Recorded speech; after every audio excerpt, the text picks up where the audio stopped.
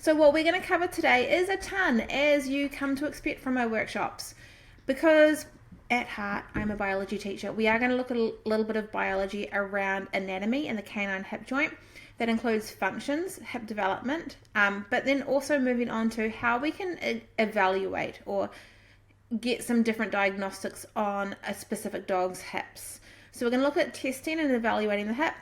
We're going to talk about what happens if you come up with issues, some common conditions and treatment options, some general recommendations with dogs that perhaps don't have the best hips, and then we're going to go into some specific strengthening exercises that you can do with your dogs.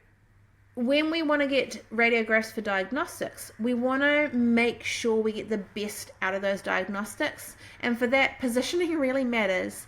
So having my regular vet take x-rays gives me some information, but it's not definitive. This shows really clearly, and this is a Fenzi student's dog, and the first x-ray was taken on the left-hand side, was taken by her regular vet who had concerns about hips, but a different vet at a later date positioned the dog really, really well, and you can see that those two x-rays look like different dogs. So the key indicators for a well-positioned x-ray or radiograph is evenness in the position of the pelvis. This is the ideal form in the stand and balance. We really want dogs to be able to get onto the platforms by themselves and stand there for up to 2 minutes.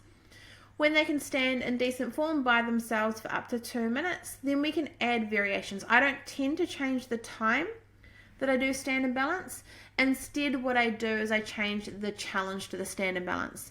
So I could add handler movements in to challenge that balance because the head turning like Dio's doing now. I could lift feet. I could increase the height of the front platform. I could do passive movement.